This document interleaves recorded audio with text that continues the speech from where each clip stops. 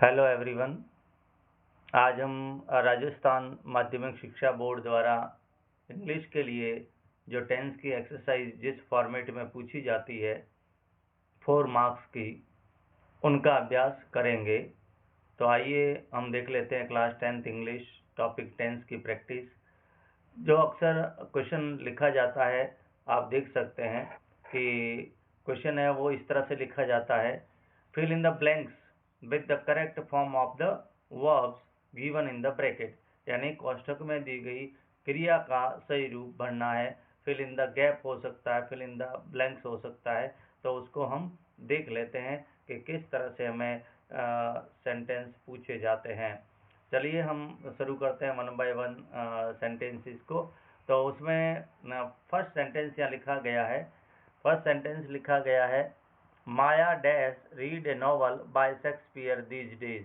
तो हम यहाँ पर देख पा रहे हैं कि माया सब्जेक्ट है और रीड वर्ब दी गई है, जो ब्रैकेट में वर्ब दी गई है वो रीड है। आगे novel by Shakespeare these day. अब हम क्या करेंगे, अब इस सेंटेंस में हम इसको करेक्ट फॉर्म ऑफ वर्ब भरने के लिए सबसे पहले देखेंगे कि यहाँ पर कोई न कोई ऐसा एडवर्ब या कोई ऐसा हिंट या संकेत दिया गया होगा जो हमें टेंस की ओर इशारा कर रहा होगा कि वह प्रेजेंट का है तो कौन से भाग का है, फ्यूचर का है तो कौन से भाग का है, पास्ट का है तो कौन से भाग का है। चलो हम देखते हैं कि इसमें ढूंढने की कोशिश करते हैं कोई एडवर्ब है क्या। हम देखते हैं कि इस सेंटेंस के अंदर एक एडवर्ब दिया गया है, और वह कौन सा एडवर्ब दिया गया है, वह दिया गया है दीज डेज। कौन सा दिया गया है, दीज डेज। दीज डेज है वह एडवर्ब कौन से टेंस का है, वह एडवर्ब है वो प्रेजेंट कंटिन्यूअस या प्रेजेंट प्रोग्रेसिव टेंस का है। प्रेजेंट प्रोग्रेसिव का मतलब होता है कि वहां पर हम सब्जेक्ट के साथ में ईजारम लगाते हैं और वर्ब की आईएनजी फॉर्म जो वर्ब यूज कर रहे हैं।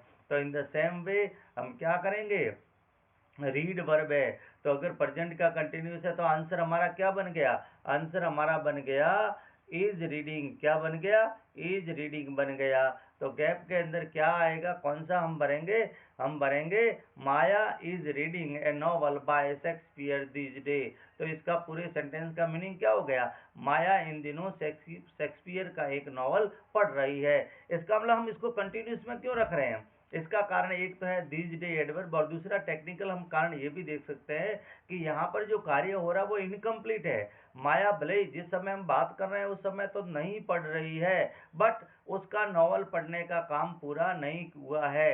यानी टीएस कहने के समय या टाइम ऑफ सेइंग के समय वह कार्य इनकम्प्लीट है और इसलिए वह उसको पूरा कर रही है। तो दीज डेज हमें यह हिंट कर रहा है कि प्रेजेंट कंटिन्यूअस भरना है, राइट। ओके, चलिए नेक्स्ट सेंटेंस में हम चलते हैं। Water dash boil at 100 degree centigrade. It means पानी 100 डिग्री सेंटीग्रेड पर उबलता है। तो पानी हम एज ए सिंगुलर इसके साथ में ट्रीट करेंगे और पानी सिंगुलर है। अब यहाँ पर प्रेजेंट सिंपल हम क्यों रख रहे हैं, क्योंकि हम इसकी नेचर बता रहे हैं, प्रकृति बता रहे हैं, ये रूल है, ये पानी का स्वभाव है।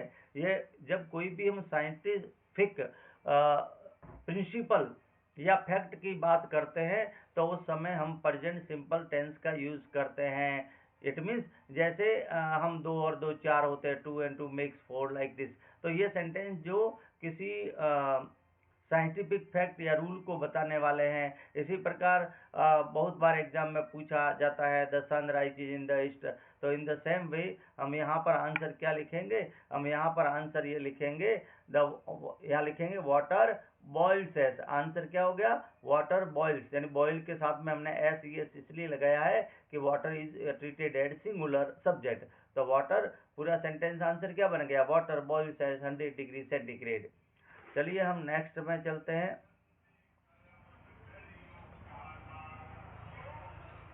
Number 3, she is a religious lady. वह एक धार्मिक महिला है। सी डैश गो वर्ब है और टू टेम्पल एवरी मॉर्निंग। यानी इसका मतलब ये हुआ कि वह एक धार्मिक महिला है और वह रोज सुबह मंदिर जाती है। तो चलो हमें अगर हिंदी का ट्रांसलेशन नहीं आता है तो इंग्लिश में हम कैसे पकड़ेंगे, कैसे पता करेंगे कि यहाँ पर वो टेंस आना चाहिए। यहाँ पर बच्चों आप देख पा रहे होंगे कि इस सेंटेंस के अंदर क्लियरली एडवर्ब दिया गया है एवरी मॉर्निंग। कौन सा?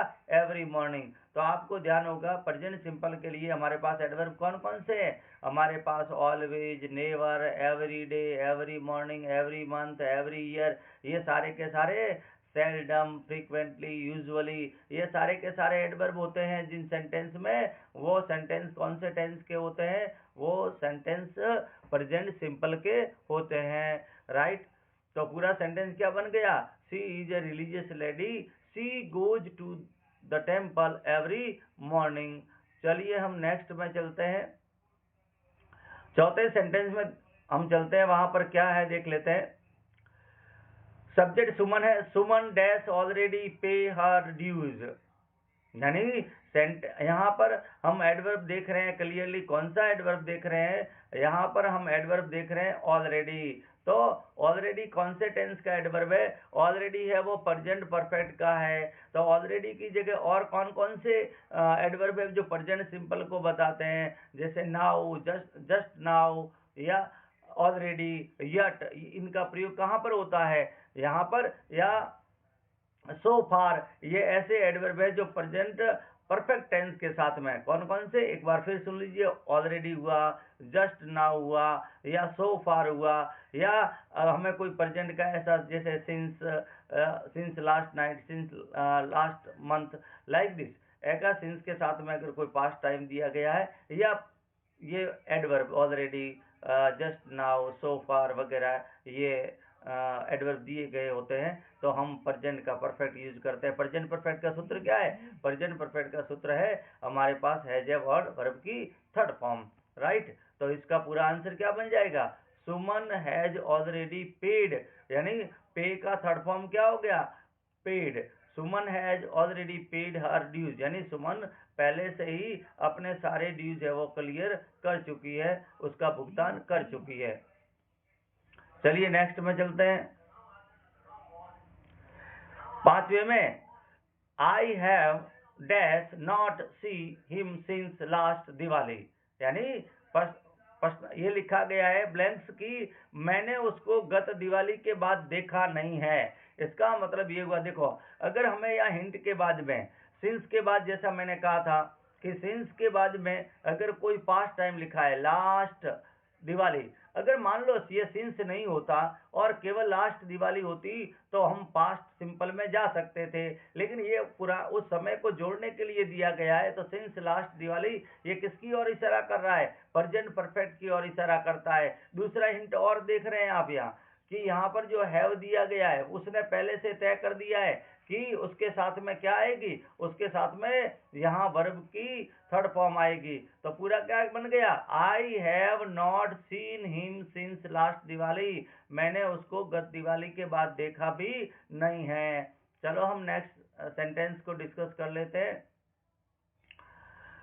The principal dash declare our result tomorrow, यानी सेंटेंस का सब्जेक्ट प्रिंसिपल है, वर्ब डिक्लेयर है, और डिक्लेयर का कौन सा फॉर्म आएगा ये हमको तय करना है। कैसे तय करेंगे? कि यहाँ डिक्लेयर दिया गया है, क्योंकि डिक्लेयर का डिक्लेयर्ड भी हो सकता है, डिक्लेयर का हैज डिक्लेयर्ड भी हो सकता है, क्योंकि हमारे पास जितने भी 12 टेंसेज है, कुल एक टेंस के 4 पार्ट होते हैं, तो 12 फॉर्मूले बन सकते हैं, यानी डिक्लेयर को 12 पैटर्न में लिखा जा सकता है। बट अब हमें एडवर्ब के हिसाब से यहाँ पर बच्चों क्लियरली ये दिया गया है। कौन सा एडवर्ब? या देखिए टुमारो, कौन सा एडवर्ब दिया गया है?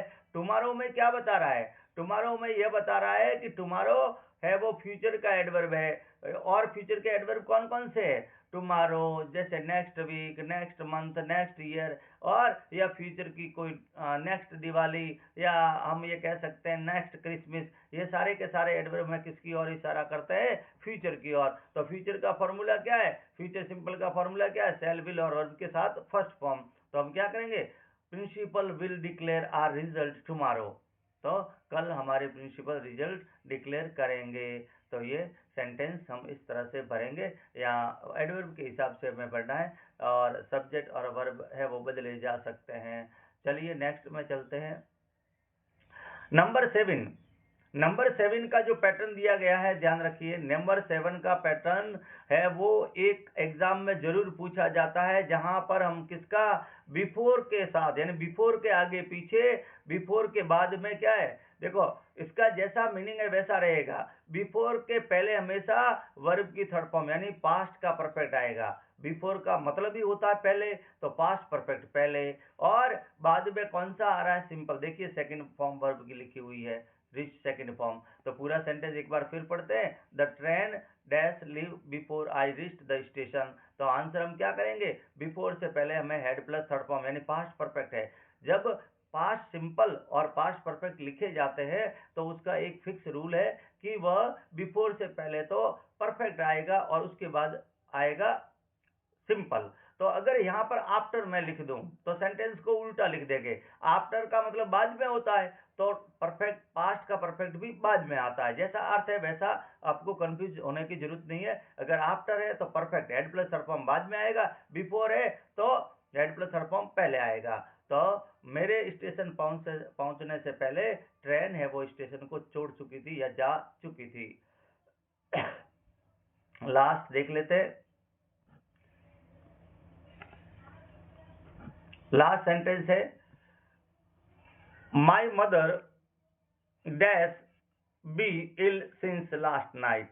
यहां पर भी एक कंफ्यूजिंग सेंटेंस है और वैसे बहुत इजी है, लेकिन अक्सर एग्जाम में हमको ये कंफ्यूज कर जाता है। देखिए, my mother dash be, be का मतलब क्या है, बी टाइप वर्ब, बी का मतलब बी टाइप वर्ब।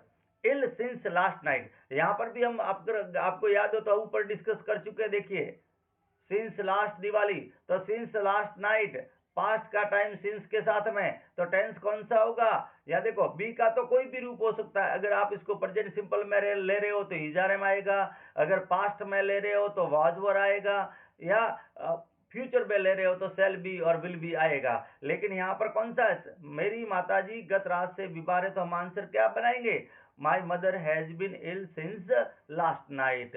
तो अब यहाँ पर देखिए, एक बात हमको यहाँ और समझनी है कि माई मदर इज इल और माई मदर हैज बिन इल में फर्क क्या है। माई मदर इज इल कहाँ पर आएगा, माई मदर इज इल वहां पर आएगा जहां हम यदि यह लिख दे कि my mother is ill so she can not attend party. अगर आप ऐसा लिखते हो ना, my mother is ill so I can not come to school, I have to take care of her. अगर आप ऐसा एप्लीकेशन लिखते हो कि मेरी माता जी बीमार है इसलिए मैं आज स्कूल नहीं आ सकता या नहीं आ सकती, तो उस समय आप इज का प्रयोग कर सकते हो। लेकिन अगर आपने ये टाइम दे दिया, my mother has been ill since last night so I can not come to school because I have to take care of her, तो इस तरह से हम बना सकते हैं। तो कुछ और हम अभ्यास करेंगे एग्जाम पैटर्न के हिसाब से।